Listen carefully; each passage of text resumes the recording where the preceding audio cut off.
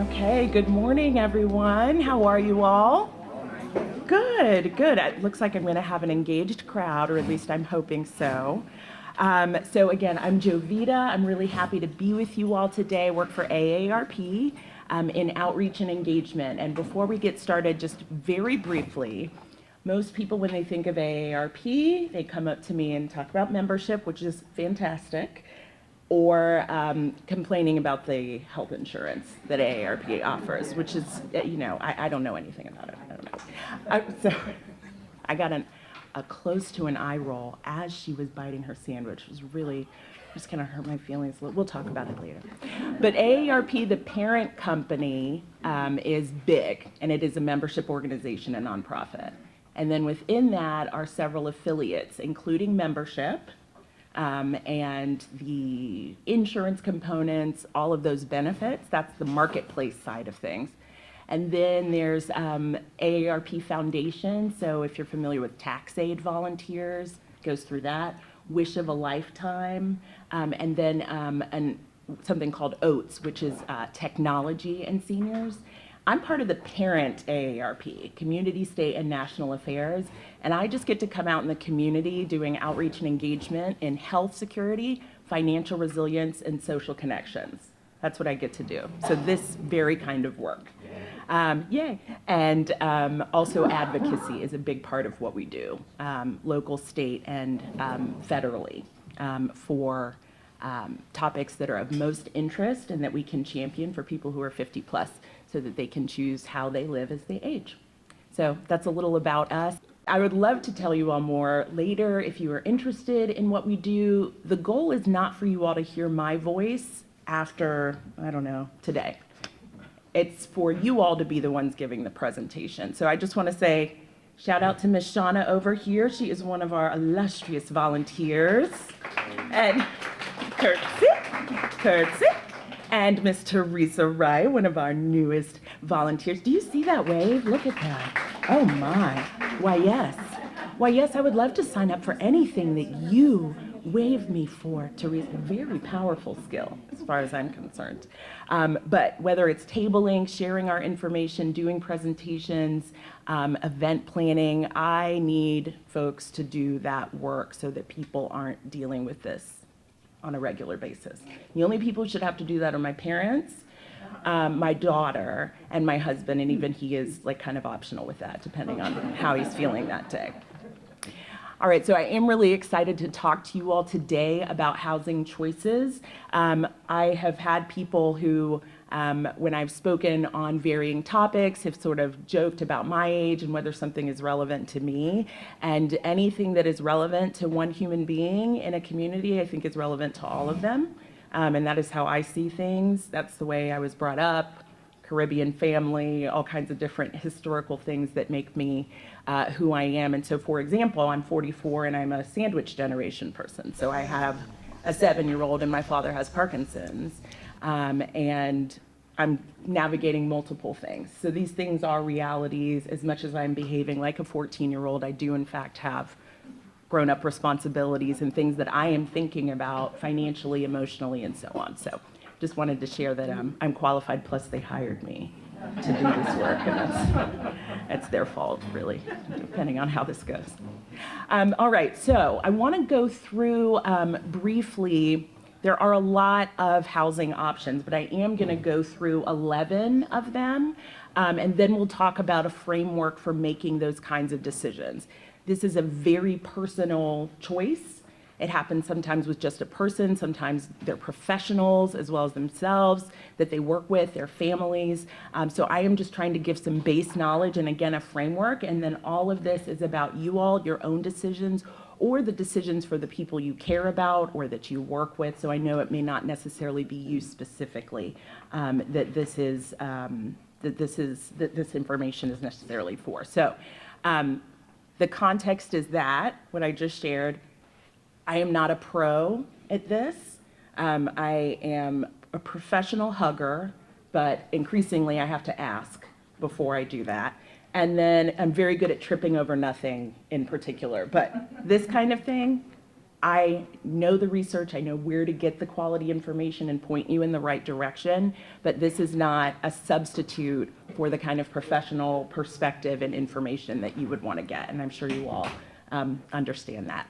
Here's what we're going to look at today. If you look on the left side, those are living options that provide a little more assistance to people, a little or a lot, okay?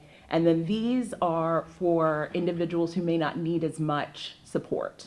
So those are kind of our general two columns. Anybody familiar with ADUs, accessory dwelling units? Okay, we do a lot of advocacy work in this area. People have heard of the term granny flat, maybe, or boomer bungalow. That was a new one for me. But this is the idea of something either detached or attached, but it's on the same lot as a single family home. And it can be built to have its own living space, enclosed living space. So kitchenette or a kitchen, bathroom, wholly enclosed. It tends to be more affordable. It can keep people closer to their families. These are popping up in rural areas, suburban areas, all over. It can be very economical for people, and it has just a community feel to it because people are staying close to their families and their friends. So that's the ADU reality. Land Development Code says something else. So depending on where you live, whether or not that is something that's realistic is something to look into. And we're doing a lot with the state legislature to push ADUs, their benefit, the ability to give people safe, affordable housing close to their families and in the same communities where they live and choose to be.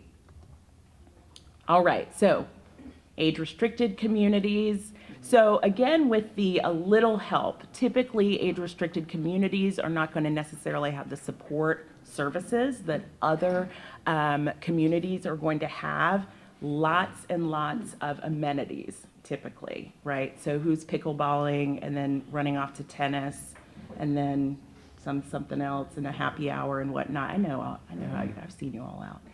So usually they are either private apartments, they're condos, and they are popping up all over the place, especially in a state like Florida. A big thing to remember with that is that lots of amenities and a beautiful outside does not mean that it is necessarily a quality place. So keeping in mind what are the satisfaction levels, finding out details about the deed restrictions, all of that information is incredibly important because there are a lot of shiny objects out there in general. What was it built on? A bunch of sand, mud?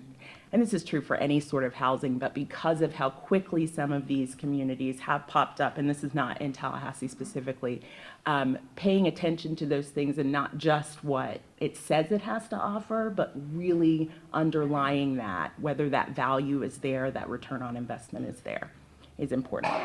And a focus on social engagement and not necessarily some of those activities of daily living that you might get in other types of communities. So I worked for Goodwill for a while in affordable housing. So we managed affordable housing for persons with disabilities and the elderly in North Florida and South Georgia. So a number of the apartments were Section 202. So that means specifically that you are 62 or over. You have a fixed income, 30% of your adjusted income is what you would pay in rent. Not all of those apartments have supportive services coordinators, though. Sometimes it's just brick and mortar. So that's also something to think about. Is it a place that is accessible? Does it also offer opportunities for other types of support? There are a lot of people who assume that that's the case and then get there, and because they spoke to someone who happens to know a lot about the services in the area, that is not the same as someone who can consistently provide you with support.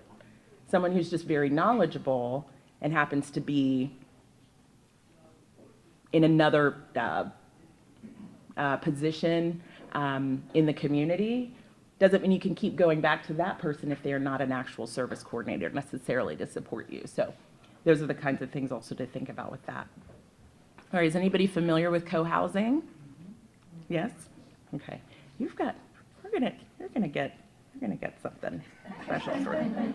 I don't know, does that look like I'm saying something positive or negative? I can't see my face, the way that looks. So co-housing is really an interesting thing. Now this is about finances and this is about cost, but a group of individuals get together and basically design their own community. So you are buying in that you are buying a home together. And then you have shared spaces, whether it's gardens, kitchens, to do things together. But this is basically people saying, here's what we want our community to look like.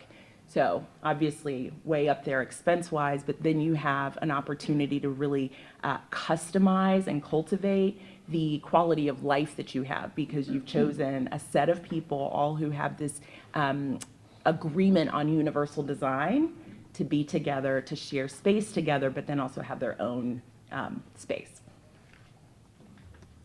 All right, house sharing actually was made popular by the Golden Girls. So people actually started to think, wait a second, I can live with family members or friends who are around the same age together. So is anybody not familiar with the goal? Actually, I wouldn't raise my hand because I don't want to, if you haven't seen it, I've seen every episode 3 times. Before it was cool to do that.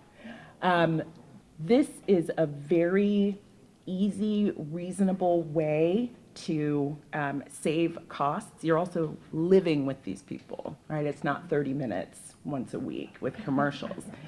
So some of these realities are important to consider when thinking about that connection that you may have with somebody. All right, not village plural, okay? The village singular model. Okay, so anybody familiar with the village model? Okay, this is neighbors helping neighbors, essentially. So this is membership focused and it's grassroots. I mean, this is something that people could do right here in town, turn around, go to their site and look into it. You don't all have to live next door to each other, just maybe in the same general area. So it could just be several streets, but essentially you incorporate and then you pay a membership fee and that fee goes to helping to curate and find resources and support services for people in the community when they need it. Now, a lot of this is based on volunteer support. So when you have people who communally want to care for one another and are willing to do that, you've got a few people who are willing to kind of step up volunteer-wise, who say, I want to be able to coordinate what people need in our community, our small little neighborhood. And guess what? Because you all live near each other and you know how to help each other very specifically.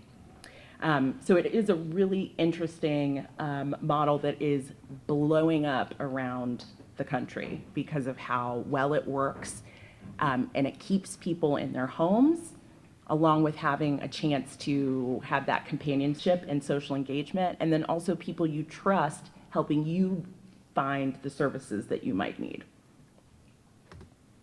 We have a couple of these that are newer here in Tallahassee because this model is fairly new relative to assisted living and nursing homes on their own, but continuing care retirement communities. I have to look when I say that one, but CCRC. So this is the, I move in, or someone moves in, they're aging in place while they're still living independently.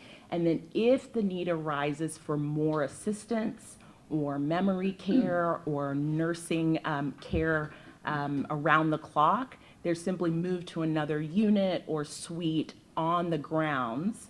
So there's a whole continuum that's happening on those grounds. A lot of CCRCs are going to require a large amount of money up front, which can potentially be tens of thousands of dollars, based on your family history, based on what your experiences are and the kind of life that you want to be living.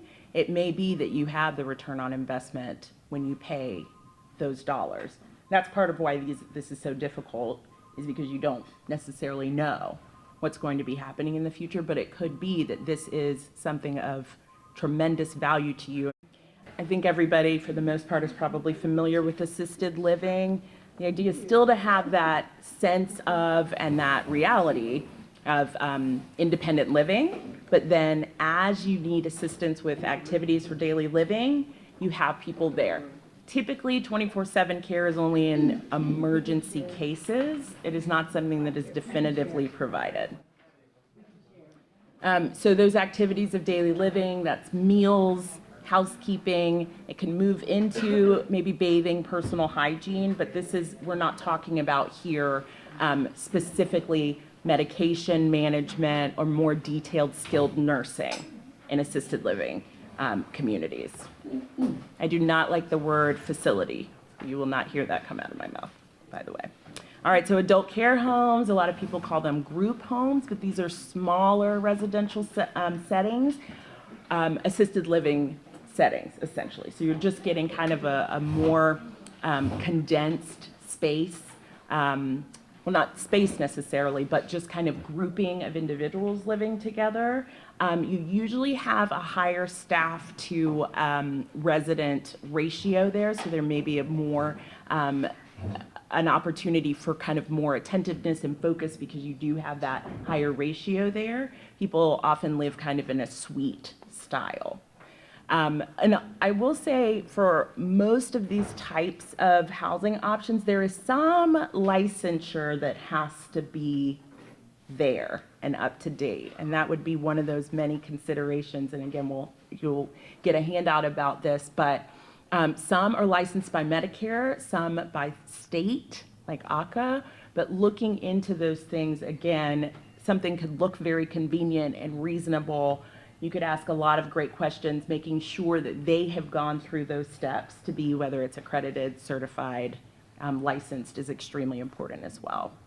And then memory care, which often can be included as kind of a side component or an optional component of assisted living in those CCRCs, and then oftentimes in a nursing home setting is where you will have memory care support. Or you may have a community that is specifically focused in on memory care. And I want to say thank you to TMH and the extraordinary work they do in memory care. Ms. Tiva over here. Treva, that's what I said. That's exactly what I said. And the tremendous work that they do in memory care over at TMH. And then nursing homes, this is skilled nursing, 24/7 availability. We do a lot of advocacy when it comes to nursing homes, when it comes to the rights of the individuals. In nursing homes, we, for example, worked on a bill this last year, our advocacy team, in terms of electronic monitoring, so that whether you're 15 minutes across town or across the world, can you get eyes on your loved one? And it died in committee, probably 2 or 3 out. But we do a lot of work in long-term care and long-term housing for people who are over 50 and for older adults. Like what do you do? What's that? Give us an example of what you do to help people. What do you do? AARP? Uh-huh. Oh, okay. So, well, with advocacy, so local, state, and federal laws, we are pushing members of Congress, the legislature, to make changes that we think are beneficial for people who are 50 plus. So the ADU work that we've done, earlier this year, we're going to close down most of the phone lines for Social Security and close down a chunk of the offices, and we mobilized 3 million of our membership to call their members of Congress, and they specifically cited AARP's work as a reason why they kept those lines open. We have pushed cryptocurrency ATM prevention forward, all kinds of fraud bills. Our advocacy team, the lawyers, they're the pros with this, but we actually have our voting record for 2025 for the state legislature. Right over there, it's a QR code if you want to see what bills we worked on last year. And if you'd like to be an advocacy volunteer during session, come sit in a committee with your AARP shirt on, just as a presence. It's fascinating if you've never seen the process. to just go and be present there. Okay. So again, I hope you all will sign in over there because you all want me to keep my job. Is that correct? Okay, then give me your email address. I feel like that's the best way to get people to give you what you want. And I'm kidding about that. But I have a lot more information I'm happy to give you all about these 11 options, as well as articles if you want to think through things. But I wanted to give you all that information before we actually do the framework. So if you were going to look at these kind of section headings, parameters for considerations, raise your hand if you think that for you the personal and social components of a housing decision would be most important to you.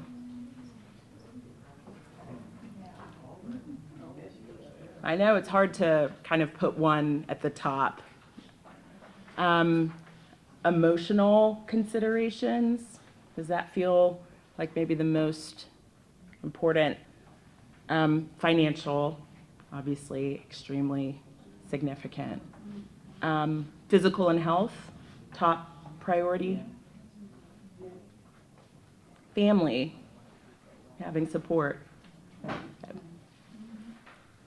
All right, and then the last one is going to be kind of more technical, but did everybody get a handout?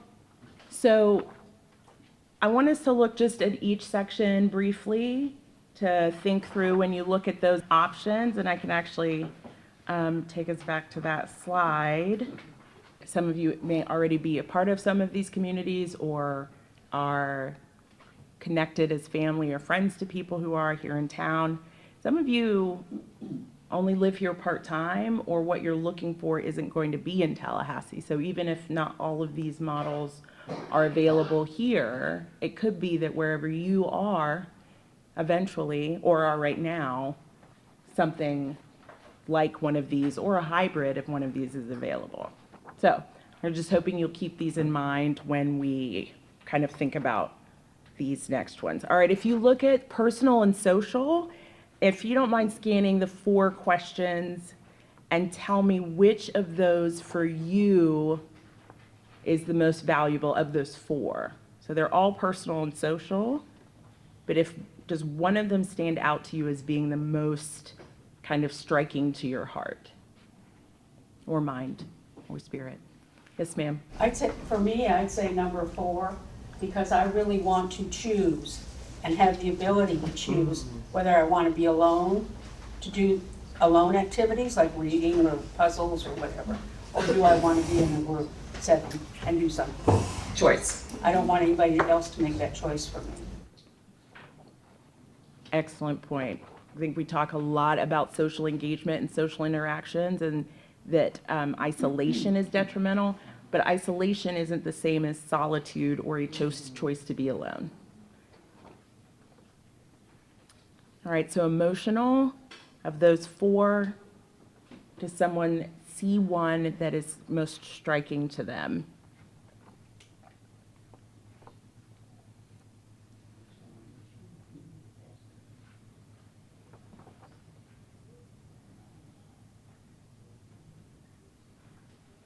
Can I just comment on Yeah, that? please. Number two is interesting because we were actually just talking about how our children don't really want our stuff that we have from our generation or our parents' generation or whatever family things. It's not, am I ready to do it, but it's, what do I do with it? Excellent point. Did somebody say? Well, when you all volunteer with AARP, we have a turnkey presentation on downsizing and decluttering that you can go around town and share with people. We will be at actually Southside Senior Outreach, Jake Gaither and McLean giving those presentations. One of those will be me, and the other is one of our other volunteers. Our presentations are turnkey, so they're written by our national office. And the speaker notes are all there, so you just get to go and show out and give out back scratchers, and you try to stay on topic.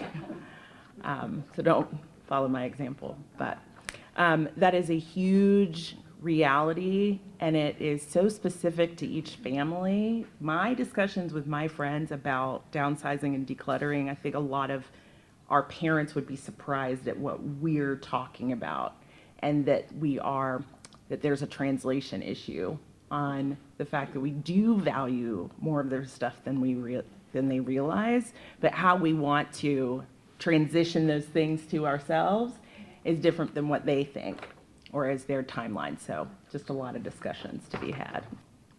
Financial.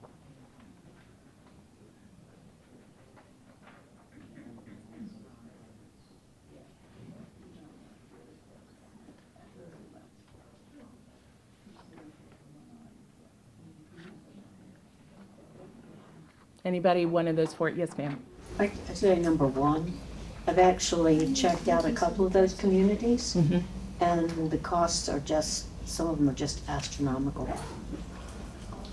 It is. How much are they? Tell us some numbers. 6,000 a month, Well, that's very low. a couple 100,000 to get in. Which are those? Yeah, the upfront ones.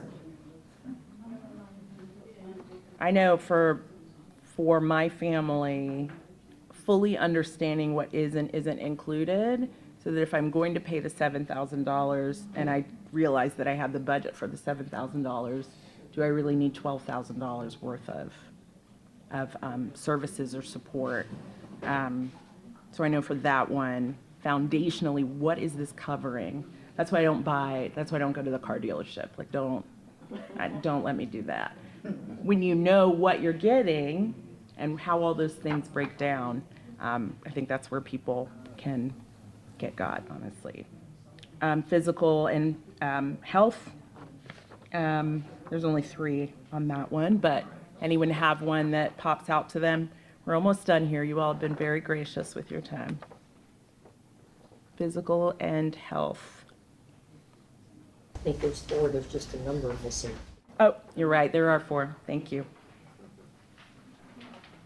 Okay. All right, well, we'll move on then. Family and support. And I think I'm missing a 3 there.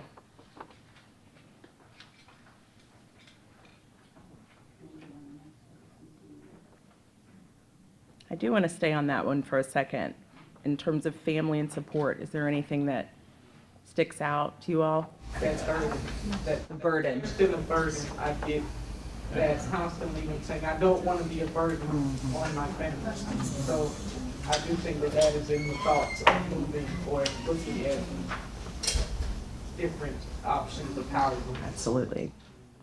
And it's very hard to convince parents or loved ones that they aren't a burden, and they really are worried that they are being one.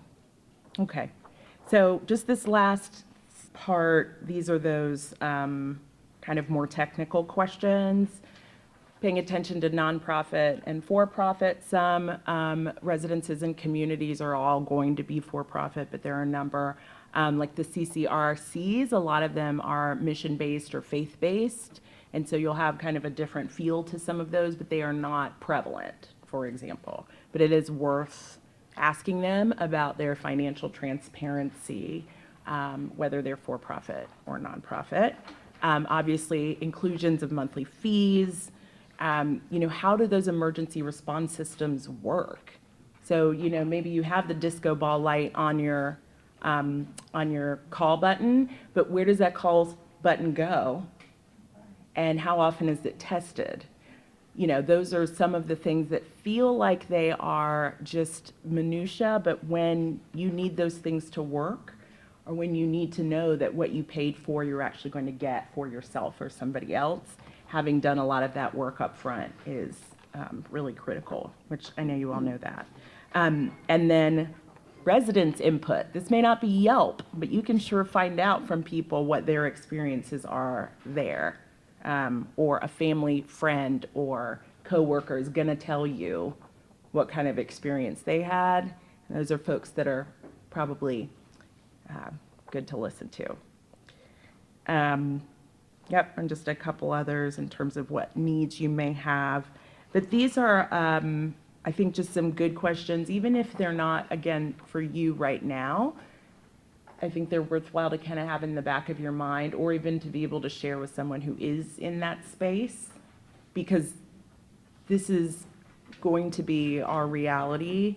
We are going to, I think, in the next 10 years or 20 years, have more people over the age of 60 than we do who are children for the first time in the history of the country. So this, in terms of the network of places where people can choose how to live as they age, this is for all of us to be paying attention to.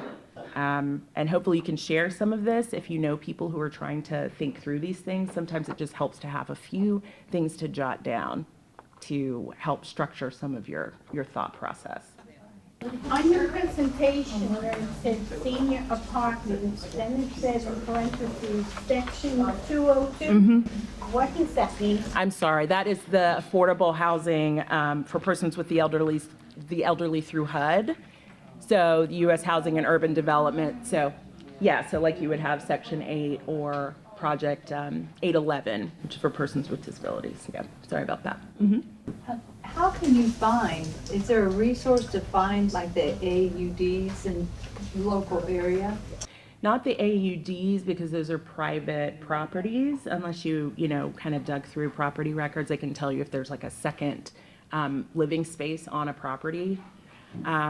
But people are advertising for people to live on their properties. Obviously, you have to do all your due diligence, but it could be a, Judy Shipment who's, got an ADU, and then you connect with her, and that's where you rent. So it would be kind of like a typical kind of rental reality. We're really pushing for those in Pensacola. They're overhauling their land development code. And a lot of people, density and parking, and there's back and forths about a lot of things, but they have proven to be extremely helpful and beneficial for people who are older adults as they age. Sarah gave us a handout when we did something this summer, when we went on a little tour. There's a handout with front and back with all the housing availabilities. Not independent, but assisted living ones, so that was real informative. Yes, the Senior Center has a resource card, which is on our website, or if you want to print one, we can do that as well. And it has all of the different types of senior living communities listed, whether they're skilled nursing, assisted living, independent living. So it's a great just front and back sheet, great guide.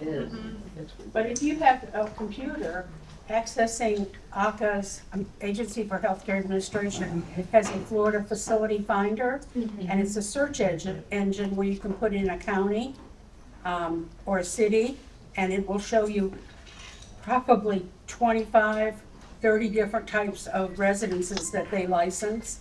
And you can look up, for example, all the nursing homes or all the assisted living, and you can find, if you can browse through that and kind of dig down, you can find a lot of information.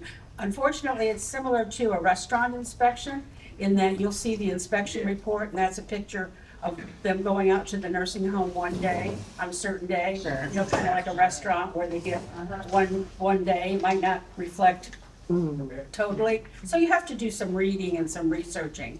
But there's a lot of information. Florida Facility Finder, and under Agency for Healthcare Administration.